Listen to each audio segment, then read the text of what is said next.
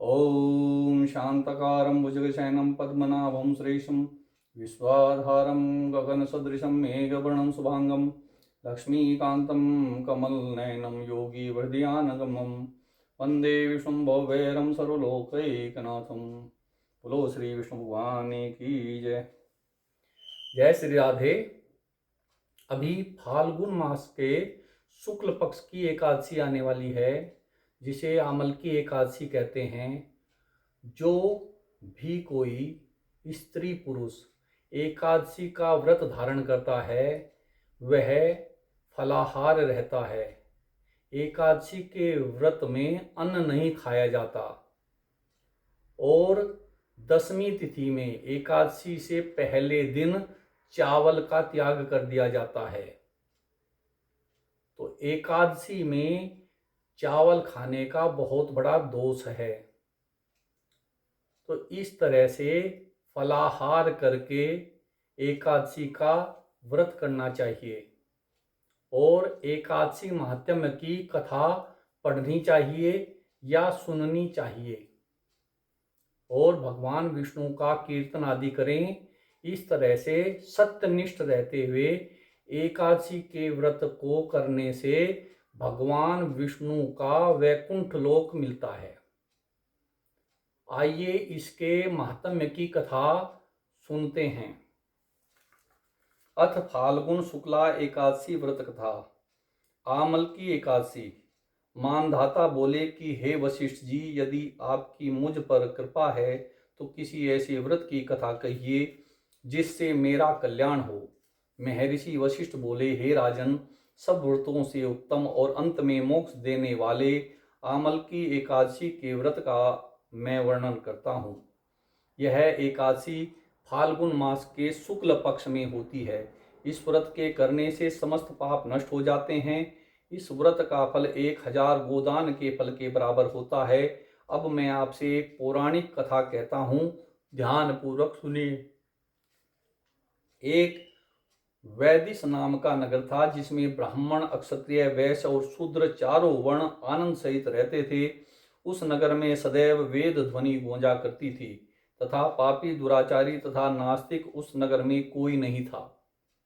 उस नगर में चैत्ररथ नाम का चंद्रवंशी राजा राज्य करता था। वह अत्यंत विद्वान तथा धर्मी था।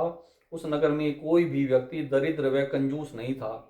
सभी नगरवासी विष्णु भक्त थे और एकादशी का व्रत किया करते थे। एक समय फाल्गुन मास के शुक्ल पक्ष की आमल की एकादशी आई। उस दिन राजा, प्रजा तथा बाल वृद्ध सबने हर्षपूर्वक व्रत किया।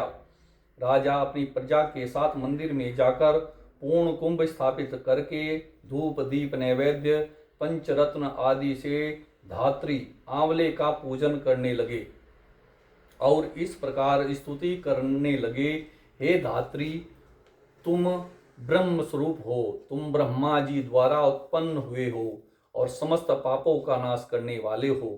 तुमको नमस्कार है। अब तुम मेरा अर्घ्य स्वीकार करो। तुम श्री रामचंद्र जी द्वारा सम्मानित हो। मैं आपकी प्रार्थना करता हूँ, अतः आप मेरे समस्त पापों को नष्ट करें। उस मंदिर में सबने रात्रि को जागरण किया। रात के समय वहाँ एक बहेलिया आया जो अत्यंत पापी और दुराचारी था। वह अपने कुटुंब का पालन जीव हिंसा करके अपने परिवार का पालन पोषण करता था। भूख तथा प्यास से अत्यंत व्याकुल वह बहेलिया इस जागरण को देखने के लिए मंदिर के कोने में बैठ गया और विष्णु भगवान तथा एकादशी महात्म्य की कथा सुनने लगा। इस प्रकार अन्य मनुष्यों को भांति भांति उसने सारी रात जाग कर बिता दी। प्रातः काल होते ही सब लोग अपने अपने घर चले गए तो बहेलिया भी अपने घर चला गया। घर जाकर उसने भोजन किया।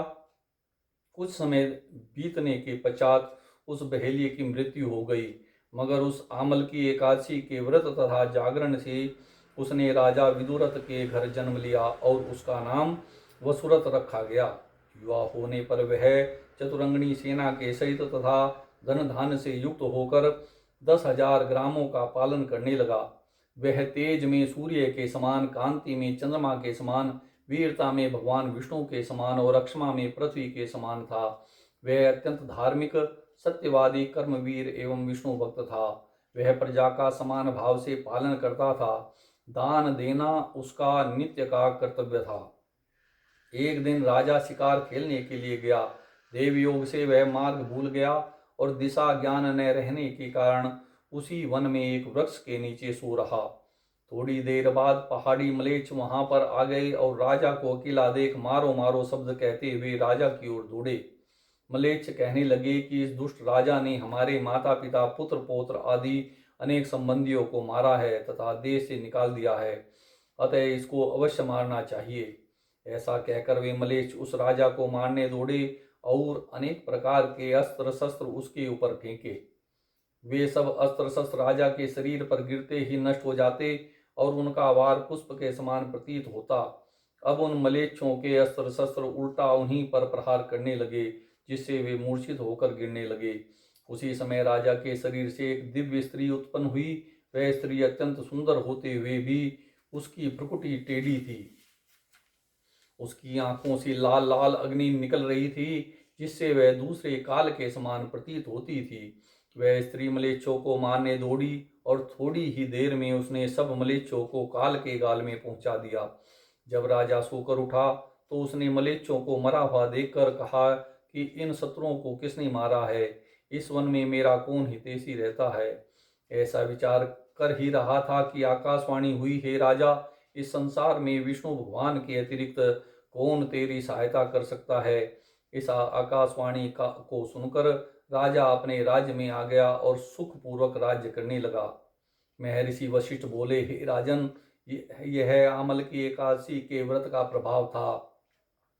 जो मनुष्य इस आमल की एकादशी का व्रत करते हैं वे प्रत्येक कार्य में सफल होते हैं और अंत में विष्णु लोक को जाते हैं। बोलो श्री विष्णु भगवान की जय।